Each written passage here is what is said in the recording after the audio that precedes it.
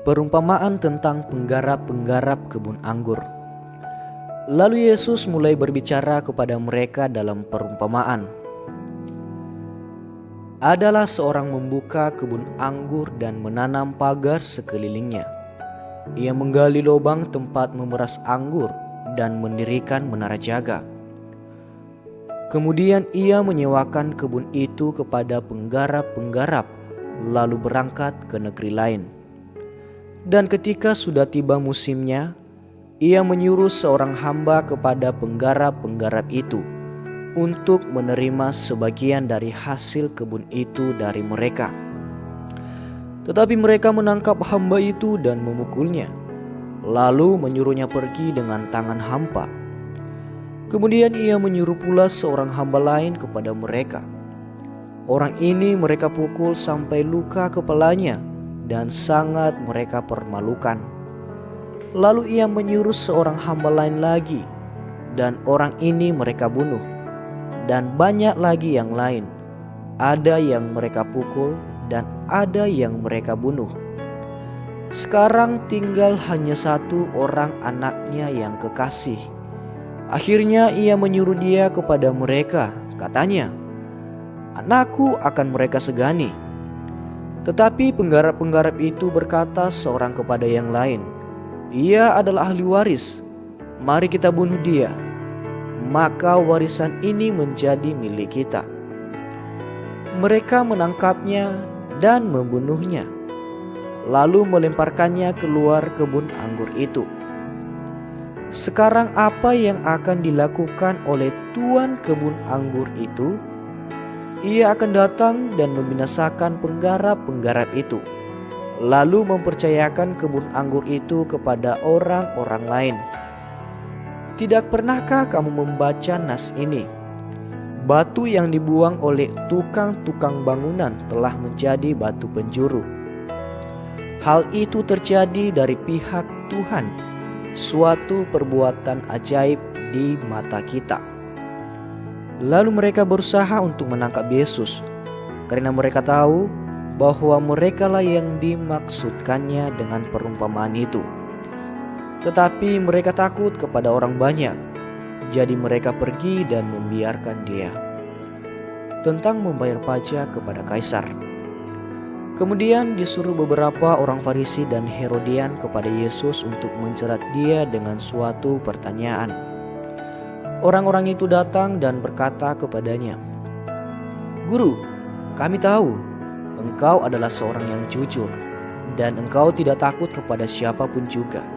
Sebab engkau tidak mencari muka, melainkan dengan jujur mengajar jalan Allah dengan segala kejujuran. Apakah diperbolehkan membayar pajak kepada Kaisar atau tidak? Haruskah kami bayar atau tidak?" Tetapi Yesus mengetahui kemunafikan mereka, lalu berkata kepada mereka, "Mengapa kamu mencobai aku? Bawalah kemari suatu dinar supaya kulihat." Lalu mereka bawa. Maka ia bertanya kepada mereka, "Gambar dan tulisan siapakah ini?" Jawab mereka, "Gambar dan tulisan Kaisar." Lalu kata Yesus kepada mereka, "Berikanlah kepada Kaisar apa yang wajib kamu berikan kepada Kaisar, dan kepada Allah apa yang wajib kamu berikan kepada Allah." Mereka sangat heran mendengar dia. Pertanyaan orang Saduki tentang kebangkitan. Datanglah kepada Yesus beberapa orang Saduki yang berpendapat bahwa tidak ada kebangkitan. Mereka bertanya kepadanya, "Guru, Musa menuliskan perintah ini untuk kita. Jika seorang yang mempunyai saudara laki-laki mati dengan meninggalkan seorang istri tetapi tidak meninggalkan anak, saudaranya harus kawin dengan istrinya itu dan membangkitkan keturunan bagi saudaranya itu. Adalah 7 orang bersaudara. Yang pertama kawin dengan seorang perempuan dan mati dengan tidak meninggalkan keturunan. Lalu yang kedua juga mengawini dia dan mati dengan tidak meninggalkan keturunan. Demikian juga dengan yang ketiga. Dan begitulah seterusnya. Ketujuhnya tidak meninggalkan keturunan. Dan akhirnya Sesudah mereka semua, perempuan itu pun mati. Pada hari kebangkitan, bila mana mereka bangkit, siapakah yang menjadi suami perempuan itu? Sebab ketujuhnya telah beristrikan dia. Jawab Yesus kepada mereka, "Kamu sesat, justru karena kamu tidak mengerti kitab suci maupun kuasa Allah. Sebab apabila orang bangkit dari antara orang mati, orang tidak kawin dan tidak dikawinkan melainkan hidup seperti malaikat di sorga. Dan juga tentang bangkitnya orang-orang mati. Tidakkah kamu baca dalam kitab Musa, dalam cerita tentang semak duri, bagaimana bunyi firman Allah kepadanya, 'Akulah Allah Abraham, Allah Ishak, dan Allah Yakub.' Ia bukanlah Allah orang mati, melainkan Allah orang hidup. Kamu benar-benar sesat." Hukum yang terutama. Lalu seorang ahli Taurat yang mendengar Yesus dan orang-orang Saduki bersoal jawab dan tahu bahwa Yesus memberi jawab yang tepat kepada orang-orang itu dan kepadanya, dan bertanya, "Hukum manakah yang paling utama?" Jawab Yesus, "Hukum yang terutama ialah, dengarlah, hai orang Israel, Tuhan Allah kita, Tuhan itu Esa.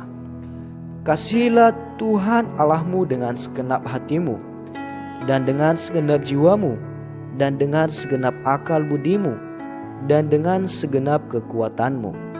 Dan hukum yang kedua ialah, kasihilah sesamamu manusia seperti dirimu sendiri. Tidak ada hukum lain yang lebih utama daripada kedua hukum ini." Lalu kata ahli Taurat itu kepada Yesus, "Tepat sekali, Guru, benar katamu itu, bahwa Dia Esa, dan bahwa tidak ada yang lain kecuali Dia. Memang mengasihi Dia dengan segenap hati, dan dengan segenap pengertian, dan dengan segenap kekuatan, dan juga mengasihi sesama manusia seperti diri sendiri, adalah jauh lebih utama daripada semua kurban bakaran dan korban sembelihan."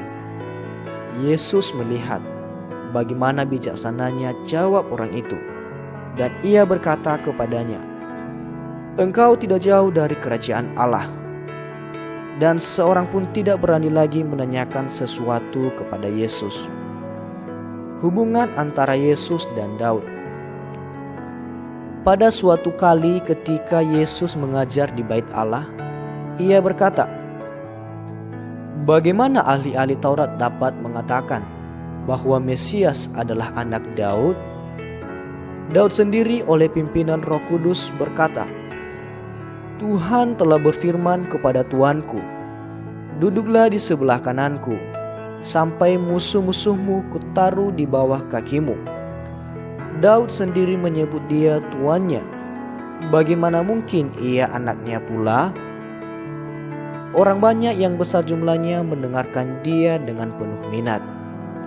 Yesus menasihatkan supaya hati-hati terhadap ahli-ahli Taurat.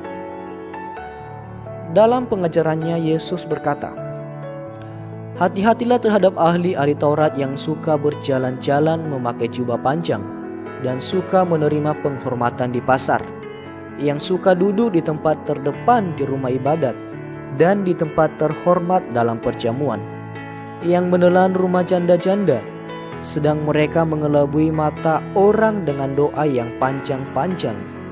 Mereka ini pasti akan menerima hukuman yang lebih berat." Persembahan seorang janda miskin.